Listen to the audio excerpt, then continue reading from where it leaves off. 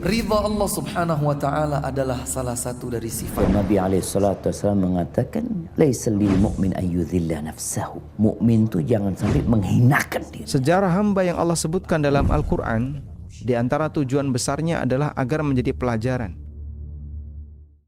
Bismillahirrahmanirrahim. Assalamualaikum warahmatullahi wabarakatuh. Alhamdulillah alladzi bi ni'matihi tatimmu shalihat wa bi fadlihi tatanazzalul khairatu wal barakat. Wa nusalli wa nusallimu ala ashrafi ahli al-ardi was samawat rasulina wa nabiyyina wa syafi'ina wa qudwatina Muhammad sallallahu alaihi wasallam wa ala alihi wa ashabihi wa dhurriyyatihi ulil makramat. Allahumma subhanak la ilma lana illa ma 'allamtana innaka antal alimul hakim. Allahumma anfa'na bima 'allamtana wa 'allimna ma yanfa'una wazidna ilman thumma amma ba'du. Ikhwatal iman, kaum muslimin dan muslimat, mu'takifin dan mu'takifat, jamaah salat zuhur Masjid As-Sakinah yang insyaallah dirahmati dan dimuliakan Allah subhanahu wa ta'ala. Puji syukur kita panjatkan kepada Allah Azza wa Jalla. Di siang hari yang cerah ini Allah mengumpulkan kita bersama dengan semangat yang sama melaksanakan, menunaikan kewajiban sekaligus kebutuhan kita sebagai seorang muslim, yakni melakukan dan menjalankan salat zuhur secara berjamaah. Nabi SAW sampaikan salawatul khams wal jumu'atu ilal jumu'ati wa ramadhanu ila ramadhana mukaffiratun bainahunna idza ujtunibat al-kabair. Salat 5 waktu, dari satu salat ke salat berikutnya, dari subuh, dari pagi sampai dengan zuhur sekarang, dari zuhur sekarang sampai dengan asar nanti, setiap satu salat ke salat berikutnya maka ada mukaffiratun bainahun. Allah berikan untuk kita ampunan dari dosa-dosa kecil kita dengan catatan idza ujtunibat al-kabair. Jika kita berusaha terus untuk menghindarkan diri dari dosa-dosa besar, maka ketika kita dikaruniakan oleh Allah hadir di sebuah masjid untuk menjalankan salat berjamaah, saat itu Allah sedang menghendaki kebaikan untuk kita, karena Allah hendak menghapuskan dosa-dosa kita. Maka kita berharap kepada Allah, mudah-mudahan kita termasuk yang disebutkan dalam hadis tadi, diampuni dosa-dosa kita dengan salat berjamaah. Amin ya rabbal alamin. Salawat dan salam kita haturkan, kita tunaikan kepada junjungan seluruh alam, pemimpin para nabi dan rasul, yang senantiasa dipuji tidak hanya oleh penduduk bumi namun juga oleh penduduk langit. Dialah baginda Nabi Muhammad sallallahu alaihi wasallam. Siang hari ini insyaallah kita lanjutkan pembahasan tentang adab berpakaian sesuai dengan sunnah Nabi sallallahu alaihi wasallam, yang mana di pekan sebelumnya kita menyampaikan adab berpakaian secara umum atau untuk laki-laki. Kita sudah sebutkan yang pertama, hendaklah seseorang memperhatikan pakaian yang ia gunakan, dipastikan bahan materialnya halal, bukan yang dilarang oleh syariat. Kemudian diperhatikan juga cara memperoleh pakaiannya, bukan merampas milik orang lain, bukan memakai tanpa izin dari orang lain atau dari pemiliknya. Dan juga yang ketiga diperhatikan, jika itu pakaian yang kita beli, maka perhatikan harta yang kita dapatkan untuk membayar atau membeli pakaian tersebut haruslah dari harta yang halal. kita sudah sebutkan juga bahwasannya hendaklah seorang laki-laki tidak menggunakan pakaian yang menyerupai wanita. Sebaliknya yang wanita juga jangan menggunakan pakaian yang menyerupai laki-laki. Kemudian yang ketiga sudah kita sampaikan bahwasannya hendaklah seorang muslim memastikan identitas muslimnya atau keislamannya dengan cara berpakaian. Yaitu dia tidak menggunakan pakaian yang sudah menjadi syiar pakaian orang non-muslim. Jika sudah diketahui ada sebuah pakaian tertentu yang biasa digunakan oleh orang non-muslim untuk ritual keagamaannya, maka jangan sampai kita menggunakan pakaian tersebut. Kemudian juga kita sudah sampaikan pakaian yang digunakan bukan pakaian yang menunjukkan ketenaran atau pamer atau sombong. Bukan agar orang-orang dan masyarakat pandangan mereka tertuju kepada kita, bukan. Dan perlu diperhatikan untuk poin yang ini, ketika kita berada di tengah komunitas dan circle orang-orang yang menengah ke atas, yang kita tahu pakaian mereka mungkin brand-brand ternama, sangat mahal, maka syariat Islam tidak melarang kita untuk merendahkan diri dengan menggunakan pakaian yang lusuh dengan alasan tawadhu. Tidak seperti itu. Kita menyesuaikan. Jika circle dan komunitas kita memang orang-orang menengah ke atas, maka Islam mengajarkan kepada kita boleh menggunakan pakaian yang juga indah tapi tidak berlebihan. Kenapa? Masuk ke dalam keumuman hadis Nabi SAW, Innallah yuhibbu an yura atharu ni'matihi ala abdi. Sesungguhnya Allah sangat senang ketika ada hambanya yang menampakkan nikmat yang Allah berikan kepadanya. Tapi sebaliknya, kalau kita sedang berada di komunitas yang mungkin circle-nya itu adalah orang-orang menengah ke bawah, pakaian-pakaian mereka sederhana, padahal kita mampu untuk membeli pakaian yang lebih bagus, dan kita bersedia untuk tetap tawadu menggunakannya atau menggunakan pakaian yang biasa-biasa saja karena menyesuaikan orang-orang yang ada di sekitar kita, maka itu bagian daripada tawadhu. Kata Nabi SAW, man tarakal libas, barang siapa yang meninggalkan pakaian yang bagus, tawadhu'an lillah, demi dia tawadhu di hadapan Allah Subhanahu wa ta'ala, wa huwa yaqdiru alaihi, padahal dia mampu untuk membeli atau menggunakan pakaian yang lebih mahal, yang menunjukkan dia mampu, orang berada gitu. Padahal dia mampu. Da'ahu Allahu yaumal qiyamah. Nanti di hari kiamat dia akan dipanggil dan diseru oleh Allah. Ala ru'usil khalaik. Di hadapan para manusia. Di hadapan makhluk-makhluk Allah. Dan Allah bangga-banggakan dia. Kemudian Allah sediakan pilihan untuknya untuk menggunakan pakaian yang mana yang ia sukai. Allah berikan pakaian untuk dia. Pakaian kehormatan tentunya. Karena dia waktu di dunia dia tawadhu'. Jadi kita menyesuaikan. Jika kita berada di komunitas yang orang-orang mewah, orang-orang kaya, maka kita tidak dianjurkan untuk menggunakan pakaian yang hina, tapi menyesuaikan. Tapi jika kita berada di komunitas yang orang-orang yang sederhana, padahal kita mampu untuk memakai pakaian yang lebih bagus, maka ketika kita tetap menyamakan seperti mereka, hal itu dinilai plus oleh Allah Azza wa Jalla.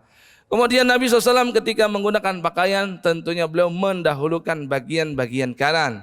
Sayyidah Aisyah radhiyallahu taala anha, istri beliau, menyampaikan kebiasaan Rasulullah sallallahu alaihi wasallam yu'jibuhu tayammun, mengutamakan bagian-bagian kanan, fi tana'ulihi ketika menggunakan sandal, wa fi tarajjulihi ketika menyisir rambut, dan di aktivitas-aktivitas yang lain. Wabil khusus jika itu aktivitas yang baik. Kemudian Nabi SAW juga memberikan adab kepada kita untuk membaca doa ketika berpakaian. Alhamdulillah alladzi kasani hadza thawb wa razaqanihi min ghairi haulin minni wala quwwah. Yang maknanya ketika kita pakai pakaian, kita baca alhamdulillah, segala puji bagi Allah. Alladzi, yang mana, kasani hadza thawba, yang telah memberikan aku pakaian ini. Wa razaqanihi, yang mana Allah jadikan ini sebagai rezeki darinya. Min ghairi haulin minni wala quwwah, padahal pakaian ini aku dapatkan bukan karena hasil usahaku, bukan karena hasil jerih payahku. Dia serahkan semua yang ia miliki itu memang datangnya dari Allah. Yang menarik, kata Nabi SAW, jika kita membaca ini, ghufira lahu ma taqaddama min dzambi. Allah hapuskan dosa-dosa kita sebelum kita menggunakan pakaian itu. Masya Allah, sudah dapat manfaat duniawi, kita berpakaian menjadi indah, menutup aurat kita, dan juga kita mendapatkan manfaat ukhrawi, diberikan oleh Allah ampunan. Nah, berikutnya yang perlu diperhatikan adalah ketika kita memiliki pakaian baru, ya, ada pakaian baru. Ini umum, nggak cuman baju, celana, sorban, apalagi ya, sepatu, sandal, pokoknya atribut dan aksesoris yang melekat pada tubuh kita, dan itu adalah sesuatu yang baru. Maka Nabi SAW mengajarkan kepada kita untuk menambah rasa syukur kita kepada Allah dengan menambah doa baru. Ya, terdapat dalam hadis Sunan Abu Dawud dari jalur sahabat Abu Sa'id Al-Khudri radhiyallahu taala anhu, Nabi SAW ketika menggunakan pakaian baru beliau berdoa, Allahumma lakal hamd, ya Allah segala puji bagi Engkau. As'aluka min khairih, aku memohon kepada Engkau kebaikan dari pakaian ini. Wa khairi ma suni'alah, dan kebaikan tujuan dari dibuatnya pakaian ini. Wa a'udzubika min syarrih, dan aku berlindung kepada Engkau dari buruknya pakaian ini. Wa syarri ma suni'alah, dan keburukan dari tujuan dibuatnya pakaian ini.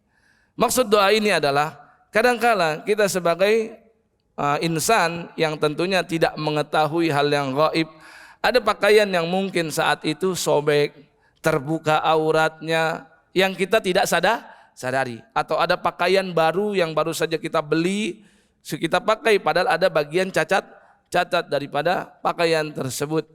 Maka diharapkan dengan berdoa seperti ini Allah menutupi apa yang tidak kita ketahui. Kenapa? Kita meminta kepada Allah kebaikan dari pakaian tersebut. Manfaat yang kedua, kalau kita membeli pakaian seperti gamis untuk sholat, maka hal itu menambah kekhusyuan kita dalam sholat. Kita membeli misalkan kemeja untuk bekerja, untuk di hadapan keluarga besar, memakai pakaian yang pantas misalkan, disesuaikan momentumnya, maka diharapkan pakaian tersebut bisa semakin menyempurnakan tujuan dia menggunakan pakaian itu. Ya, kita ulangi lagi. Allahumma, ya Allah, lakal hamdu, segala puji bagi Engkau. Ya, Allahumma lakal hamdu, as'aluka min khairi, aku memohon kebaikan dari pakaian ini, wa khairi ma suni'alah, dan kebaikan dari tujuan dibuatnya pakaian ini. Wa a'udzubika min syarrih, dan aku berlindung kepada Engkau dari keburukan pakaian ini, wa syarri ma suni'alah, dan keburukan dibuatnya pakaian ini. Kemudian sebaliknya, jika kita sudah memakai, ada orang lain yang melihatnya, nah maka orang yang melihatnya juga dianjurkan oleh Nabi SAW untuk mendoakan si pemilik pakaian baru. Biasanya kan kita di masyarakat ada istilah ya, kenalan sama yang baru. Sendal, kenalan diinjok gitu ya, atau sepatu. Nah, pakaian diiseng-iseng ditarik-tarik. Padahal ada sunnah dari Nabi SAW. Dan sepatutnya perbuatan seperti ini ya kita tinggalkan. Ada sesuatu yang diajarkan oleh Nabi SAW yang lebih baik, yaitu Nabi SAW mengajarkan doa tubli wa yukhlifullahu ta'ala. Tubli wa yukhlifullahu ta'ala. Saya melihat teman saya memakai celana baru, Masya Allah, celananya indah, maka saya berdoa tubli wa yukhlifullahu ta'ala, yang maknanya tubli itu mudah-mudahan awet sehingga bisa dipakai terus sampai usang. Wa yukhlifullahu ta'ala, dan kalau sudah usang mudah-mudahan Allah segera ganti dengan yang baru. Masya Allah. Jadi seorang muslim hidupnya selalu dipenuhi dengan doa, dengan optimisme, dan juga selalu mendoakan kebaikan untuk saudaranya. Ya, jadi kita ulangi lagi, tubli, Tubli itu maknanya mudah-mudahan bisa dipakai sampai usang, awet lah gitu bahasa mudahnya.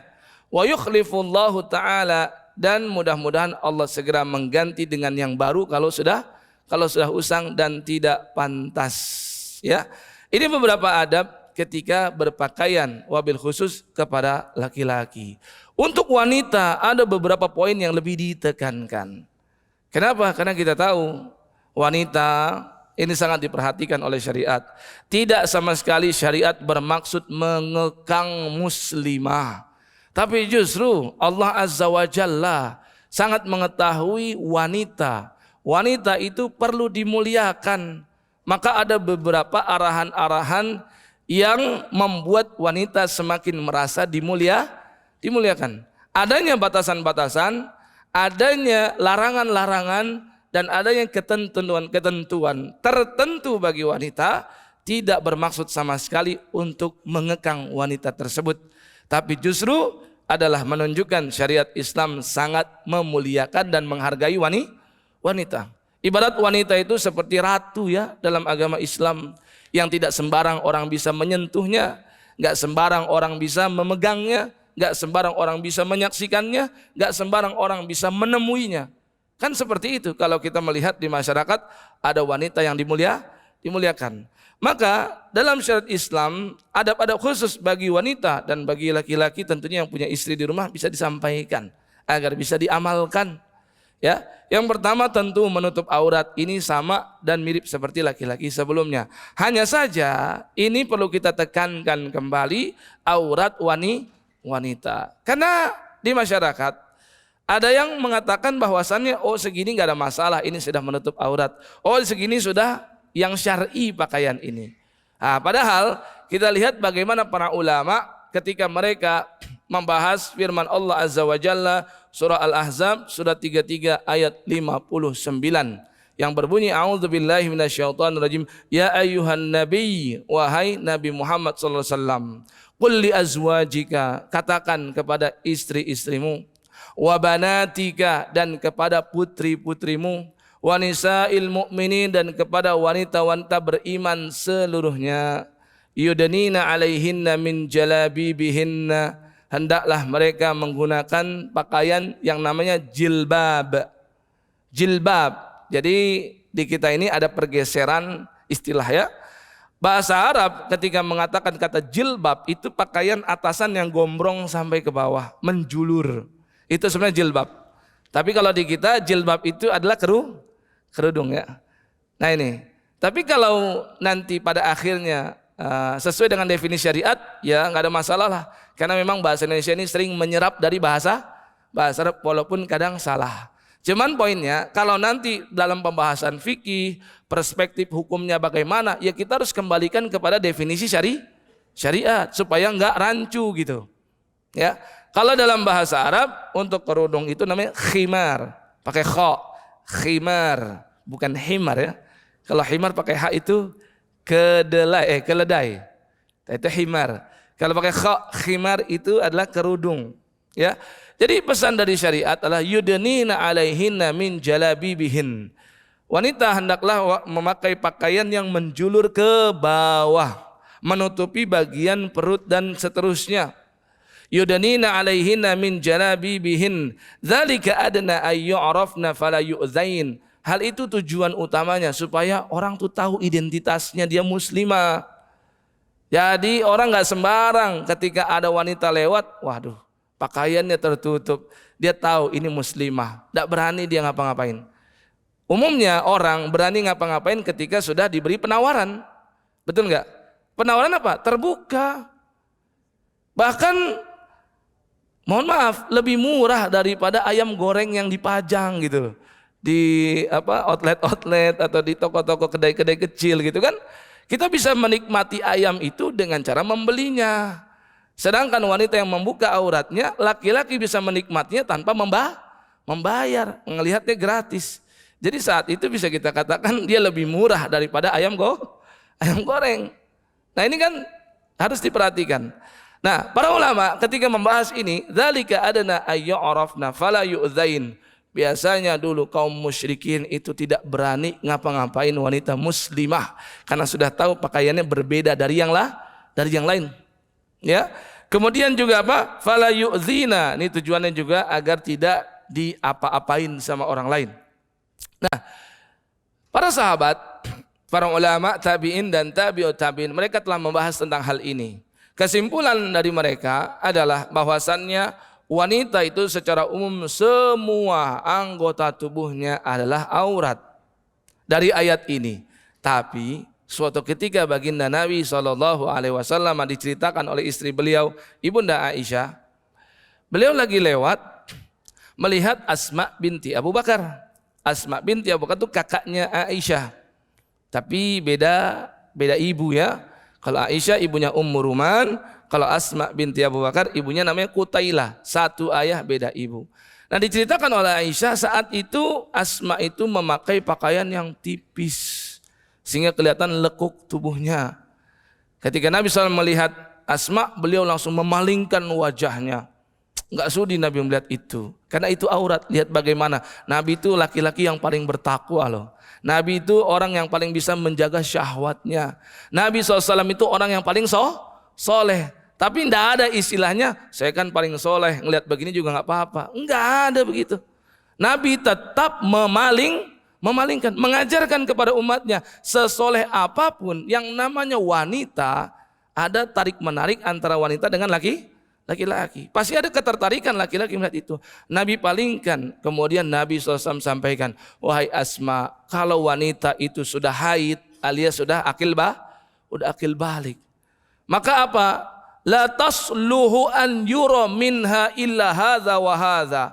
Enggak pantas kalau wanita itu sudah haid atau sudah baligh masih menampakkan bagian tubuhnya kecuali dua ini. Nabi isyaratkan ke wajah dan telapak tangan.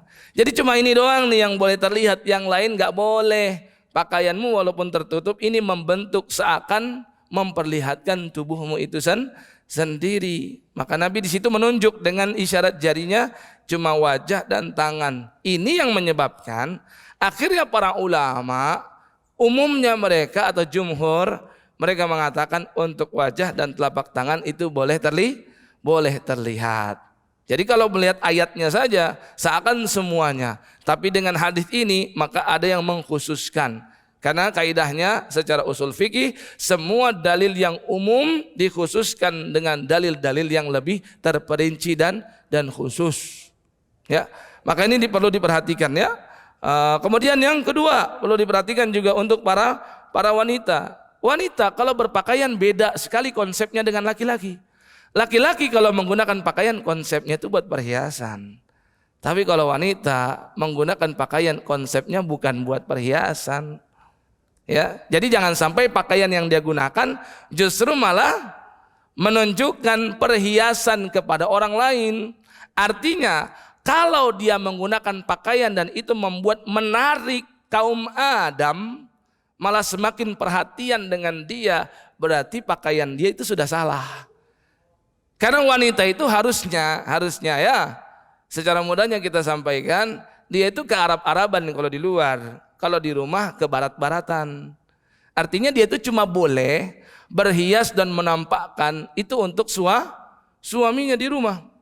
Artinya Islam tuh enggak sama sekali mengekang wanita. Oh berarti wanita enggak boleh berhias dong dalam Islam.